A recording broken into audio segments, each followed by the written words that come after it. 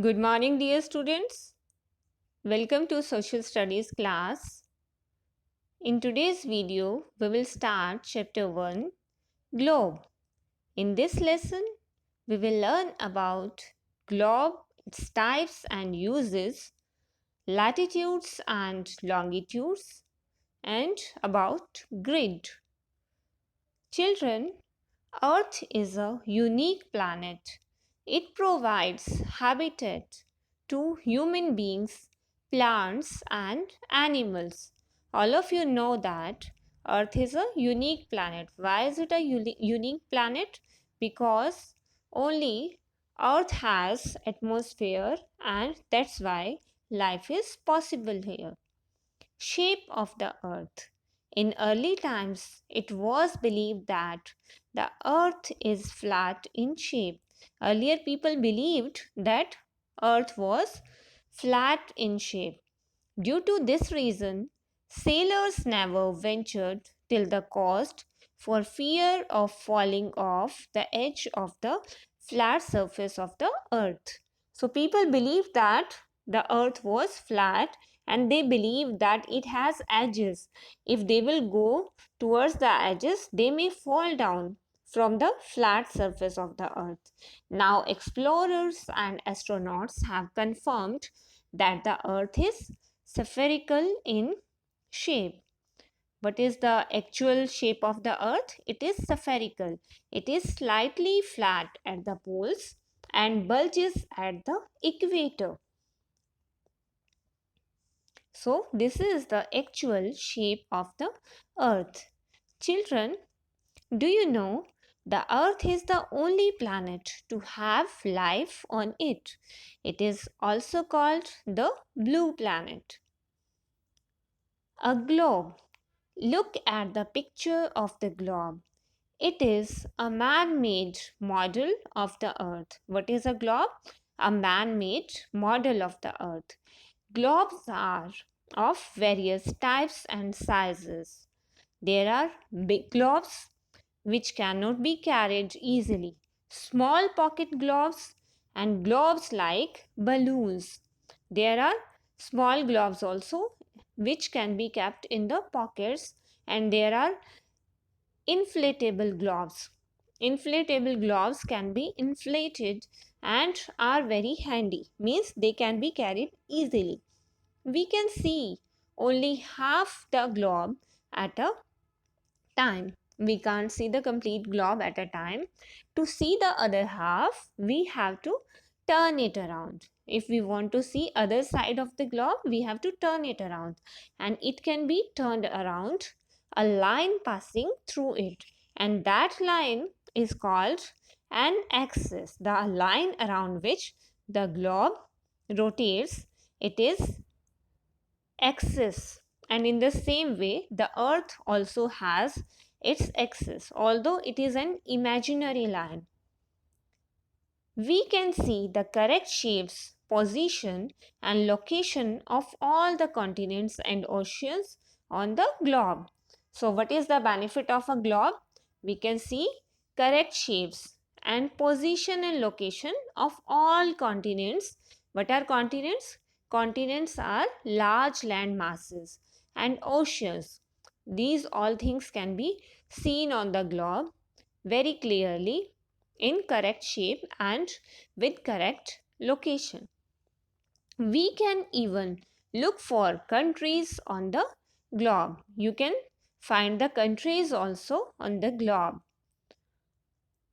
Look at the globe and see its two endpoints.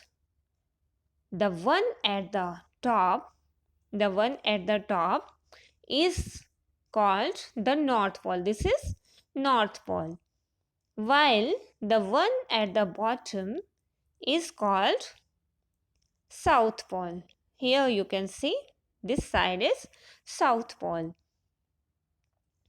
The line joining the two endpoints is called the axis of the earth, and the line which joins the North Pole with the South Pole, it is an imaginary line and it is called axis of the earth.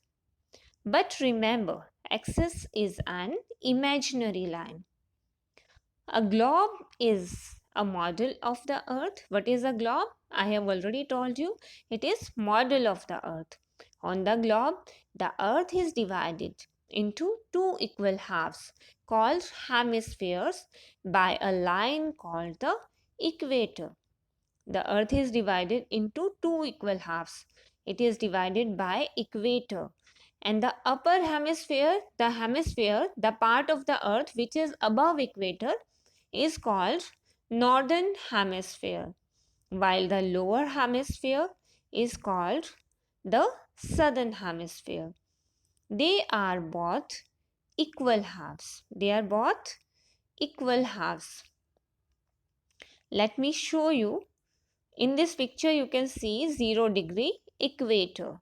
So, the above part, the part which is above the equator, in this picture you can see equator is 0 degree, and the part of the earth which is above equator, it is northern hemisphere, and the part which is below equator, it is called southern hemisphere. So, they are both equal halves. That's why they are called hemispheres. Next is lines of latitudes. There are many other lines that are drawn parallel to the equator. As I have told you, equator divides the earth into two equal halves. In the same way, there are many other lines, and these lines are called lines of latitude or parallels of latitudes. Basically, the meaning of latitude is width, means the distance between two lines. So, these lines are called lines of latitudes, or they are parallel to each other. That's why they are also called parallels of latitude. The size of these lines goes on decreasing as we go away from the equator towards the poles. When we start moving from equator towards the poles, the size of the lines start decreasing. As you can see in the picture, the biggest line is equator, and when we move towards the north pole, the size of the lines is decreasing.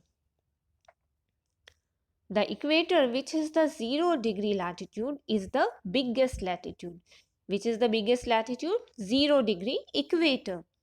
Some other important latitudes on the globe have been given special names. There are many other lines of latitudes, and these lines of latitudes are given different names, special names. So these are the Tropic of Cancer. As you can see in the picture also, the line above the equator is Tropic of Cancer. Next is Tropic of Capricorn. It is below equator, 23.5 degrees south. Tropic of Cancer is 23.5 degree north. Next is the Arctic Circle. The line below the North Pole is Arctic Circle, and in the same way, the line above the South Pole is Antarctic Circle. So these are important lines of latitudes. So there are these important lines of latitudes you can see in the picture. All these are important lines of latitude: equator, Tropic of Cancer, Arctic Circle, and Tropic of Capricorn, and Antarctic Circle. So dear children, that's all for today.